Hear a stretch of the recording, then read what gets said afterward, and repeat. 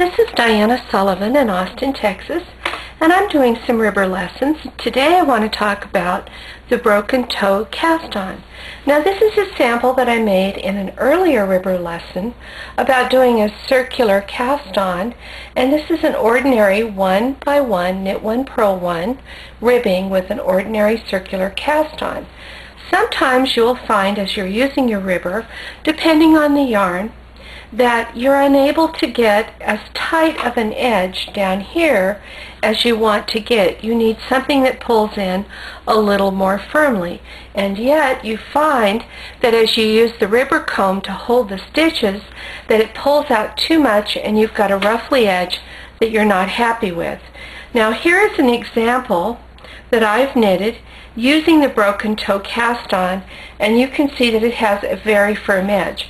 You can also see that the formation of the stitches on the edge is exactly like the stitches for the other circular cast on. The broken toe cast on is just a strategy to get the ribber comb pulling down below and not pulling on the actual stitches and holding them more open. So I'm going to demonstrate how to do that. This is my needle arrangement for the broken toe cast on for knit 1 purl 1 ribbing. You can also use the broken toe cast on for full needle rib. I have the machine and ribber set at the P pitch so that these gate pegs match up. And then I have every other needle beginning here on the main bed. So it's pull one out and skip one, and every other needle beginning here on the ribber.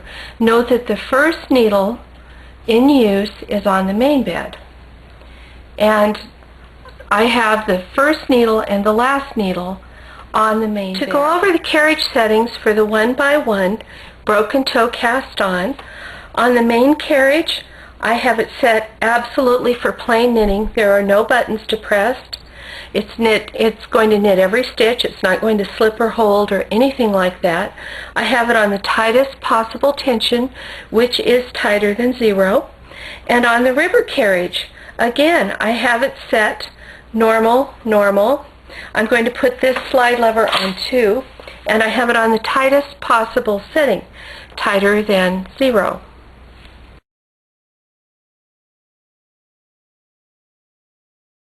You've seen this zigzag row before, but here's a close-up. I have to be a little bit careful when I hang the comb this time. Let me show you where that comb has to come up. It has to come up here.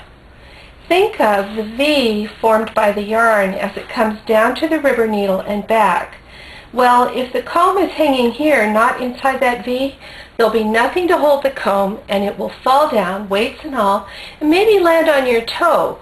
So this is called the broken toe cast on, and that's a nice warning right in the name.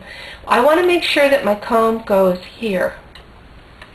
Here I am with the comb, and I'm going to hang it, bring it in between the needle beds, and get the 0 kind of matched up. I have my thumb on the middle point of the comb, and I'm just bringing it up in between the stitches, and you see that I have the comb coming out inside that V, because remember, these stitches are going to come off the ribber needles, so there won't be the ribber needles to hold them, and the comb is going to hang from them. So I need to make sure that it's inside the V. And that's how the comb gets hung. I'm going to put a couple of weights on, and then I'm going to show you the little bit of extra step that makes it the broken toe. You see this little tab on the ribber arm? This little tab, when pushed down, no longer engages the ribber carriage with the main carriage, and I can bring the ribber carriage away independently. Now note, this ribber carriage is not attached to any yarn, and if I use the ribber carriage to make these needles go up and down, then they'll go up, they'll come down through the yarn will come off, and the knitting will drop off of them. So that's what I'm about to do.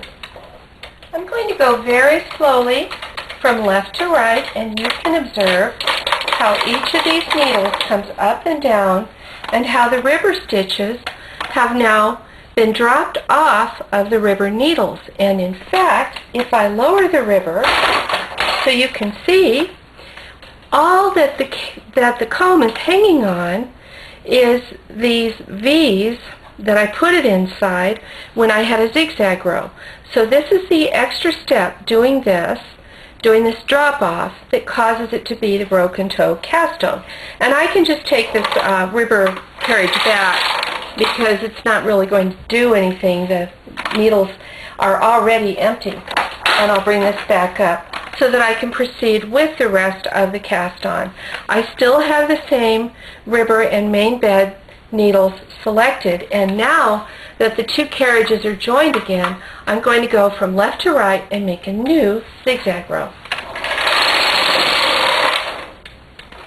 Once I have done this zigzag row, I set the main bed and the ribber carriage, both carriages, for the circular knitting row, and I'm going to bring those up to 1 1/4 click, I think, for this yarn. And then I depress the left part button on the main carriage and the right part button on the ribber and do my 3 rows circular. In other words, everything I'm doing now is exactly what I did on previous circular cast-ons.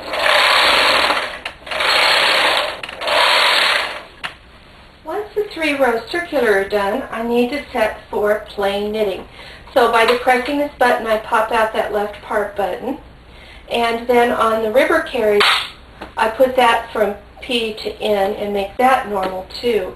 I'm also going to put the slide lever back on 1, which is a slightly looser setting, and I'm going to bring my tension to tension 4, which is a tension that I've used with this thick yarn on a lot of my ribber samples. And now I'm just going to do some plain knitting.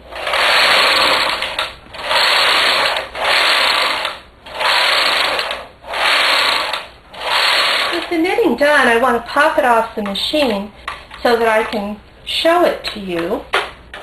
So I have just cut the yarn. I'm catching the comb and weights with my left hand, pushing across, and it's off the machine. I will just remove the comb and weights, and you'll see that there's one more funny little step to the broken toe cast on. Let me get this off the comb.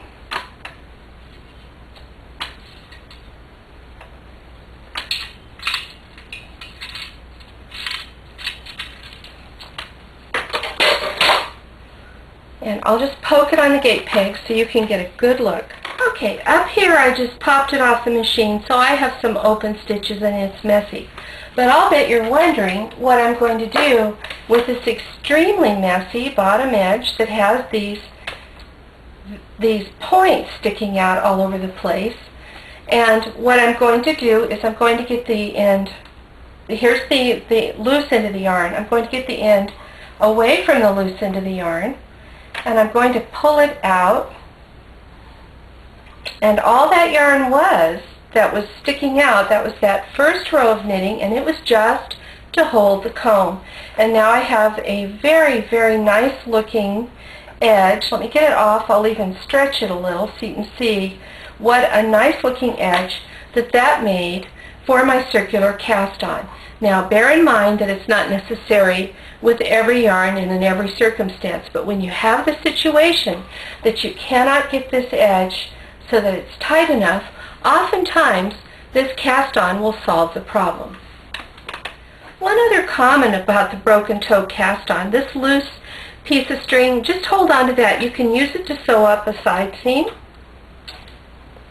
So that is the broken toe cast on for Knit 1, Purl 1 ribbing.